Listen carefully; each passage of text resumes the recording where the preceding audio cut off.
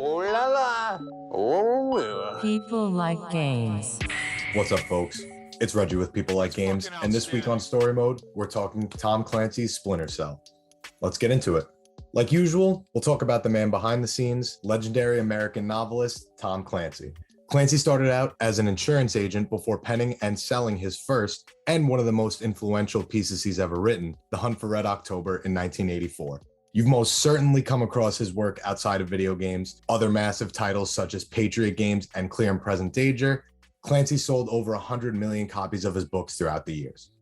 Movies based on his books have also been huge box office hits. And if your dad is like mine, you've probably seen them a million times with huge actors like Alec Baldwin, Harrison Ford, Ben Affleck, and many more appearing. Clancy's first licensed games were based on The Hunt for Red October. And eventually in 1998, the Tom Clancy's series would begin, starting with Rainbow Six, based on the book of the same name. Next came the Ghost Recon series, and from here, the books would start to be created around the games as opposed to the other way around. Here's where Splinter Cell comes in. Now, I've already told you that the games weren't necessarily based on the books, so this is where it gets a little confusing. Development for Splinter Cell began at Ubisoft with some inspiration from Metal Gear Solid. Designer Clint Hocking even said that Splinter Cell owes its existence to the series. The prototype, known as the Drift, had heavy sci-fi elements that would eventually be scrapped, but many of the concepts developed for the Drift would end up making their way into other Ubisoft properties, such as Assassin's Creed. While the Drift was originally more action sci-fi oriented, the team decided to compete directly with their biggest inspiration and lean more into the stealth action genre, even going so far as to internally call their game the Metal Gear Solid 2 Killer. To do this, a heavy focus was placed on the lighting of the game. Unlike many stealth games to that point, which used objects for cover, the lighting system was integral to movement and gameplay, as exposure to light made character Sam Fisher exposed to enemies.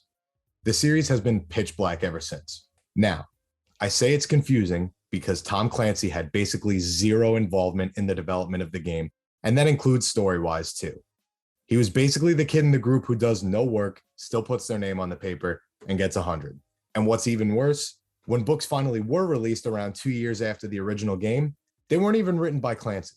Many of the modern books bearing the Tom Clancy's names are simply endorsed, and I feel like I've been living a lie for all these years. Back to the point though, Ubisoft saw how well Tom Clancy's games would sell and had already been in talks with him to develop a game while the Drift was being worked on. With the Clancy name and the shift to stealth, their new title was poised to be a massive success. And successful it was.